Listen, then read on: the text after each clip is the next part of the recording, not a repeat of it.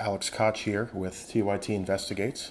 I'm here to talk about my latest article, which we published yesterday, and it concerns a conservative conference that is taking place in Colorado. The conference has a lot of far-right sponsoring organizations, but the one organization that really stuck out to me when I saw the program was the John Birch Society. And if you haven't heard of the John Birch Society, there's a decent reason for that. It's been fairly under wraps for the past several decades. But in the 1960s, the John Birch Society emerged as a strong opponent to civil rights. They were so opposed to the desegregation of public schools that they waged a campaign to impeach the Supreme Court Justice Earl Warren, actually the Chief Justice, who had issued the Brown v. Board of Education decision in the 1950s, making desegregation the national policy. What we have is this organization that people thought had disappeared kind of coming back. They have a bit of a resurgence lately in Texas. They claim that several Texas state lawmakers have joined the organization.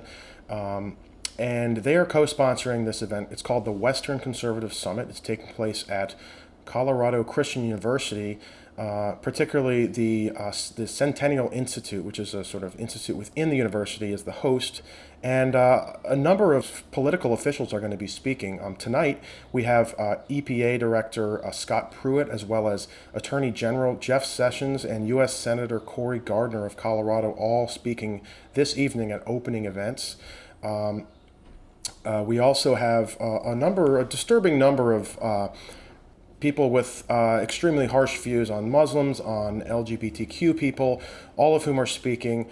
I've reached out to Jeff Sessions, to Scott Pruitt, to Cory Gardner, and actually to another sponsor, Boeing, the aerospace company, is also sponsoring.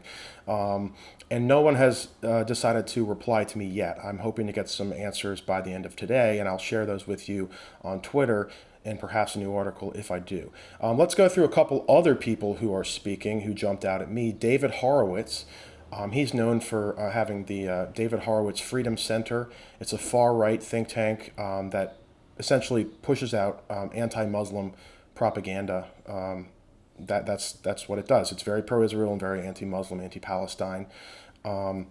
Horowitz has said very disparaging things about Palestine. And in fact, the Israel Ministry of Tourism is another sponsor of this event, so that's a fairly interesting item. Also, Frank Gaffney, he's another outspoken, immigration hawk and very critical of Islam. He's also speaking. And U.S. Rep. Steve King of Iowa's 4th District, he is perhaps the most far-right member of Congress on social issues, at least. He's said some very disturbing things about right-wing nationalists in Europe in support of them, and people like Geert Wilders and Frauke Petry in the Netherlands and in Germany, respectively. So he's tweeted things like multiculturalism is the death of our society, and some things that the white nationalist movement often says.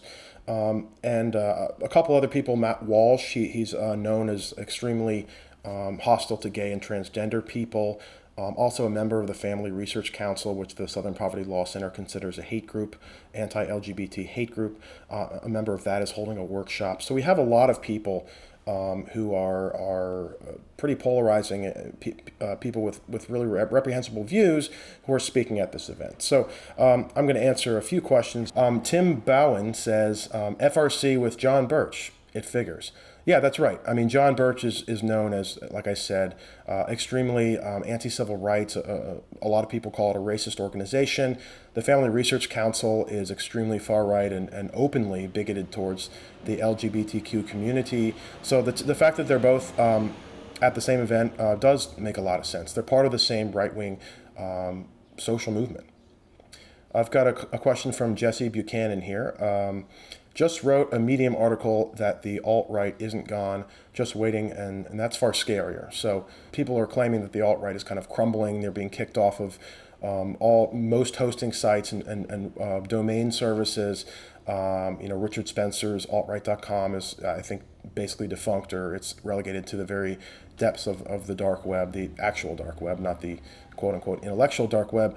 But Jesse here says he wrote a Medium piece Jesse, feel free to link to that in the comments of this. People can check it out, about how the alt-right really isn't gone. It's sort of waiting for the next step. I don't know. I'm of the mind that we're somewhere in the middle, between it being really totally crumbled and probably where Jesse has it. There's still a lot of the alt-right left. There's a lot of neo-Nazis who may or may not consider themselves alt-right in America. They continue to come out of the woodwork. They're running for office. And they're actually winning office. There was a neo-Nazi who was at the Charlottesville March last year who won a GOP county elected position, I think in the state of Washington. Kelly Weil covered this for the Daily Beast, and then the next day the GOP of Washington State and of the county is trying to distance themselves and exploring options for whether they can impeach him and get him out of office or not. This is a real thing, and I think that in sort of the era of Trump, we have these very right-wing people who used to be on the fringe. People didn't take them too seriously, but now they are, because they actually mirror a lot of what people like our Attorney General Jeff Sessions is saying, and the policies that he's crafting right now. For instance, separating undocumented children from their parents when they cross the U.S.-Mexico border. The last question, Tim Benoit asks, do we know the actual agenda for this event? Yes, I think so. There is a public schedule on the website. It's linked. The website is linked in the article at TYT. So you can check out the agenda. It doesn't really go into great detail about the content of what they're going to be speaking about. But in terms of the groups that are there are other groups I haven't mentioned, like the NRA, for example. We kind of know what they're going to be talking about, and this is a very Christian right kind of conference. So no doubt they'll be talking about abortion, and the NRA, et cetera, will be talking about guns. There'll be a lot of talk about immigration, I have no doubt. Jeff Sessions is under the microscope right now for his immigration policy I just referenced. Scott Pruitt, I seriously doubt he'll actually address the scandals in his prepared remarks, but who knows? Maybe he'll have to answer some questions.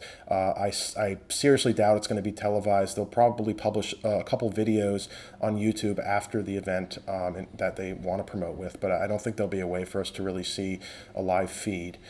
So I encourage you to, for instance, I've been asking, these senators and the members of the Trump administration to for comment on this, whether they're comfortable attending an event that's sponsored by the John Birch Society.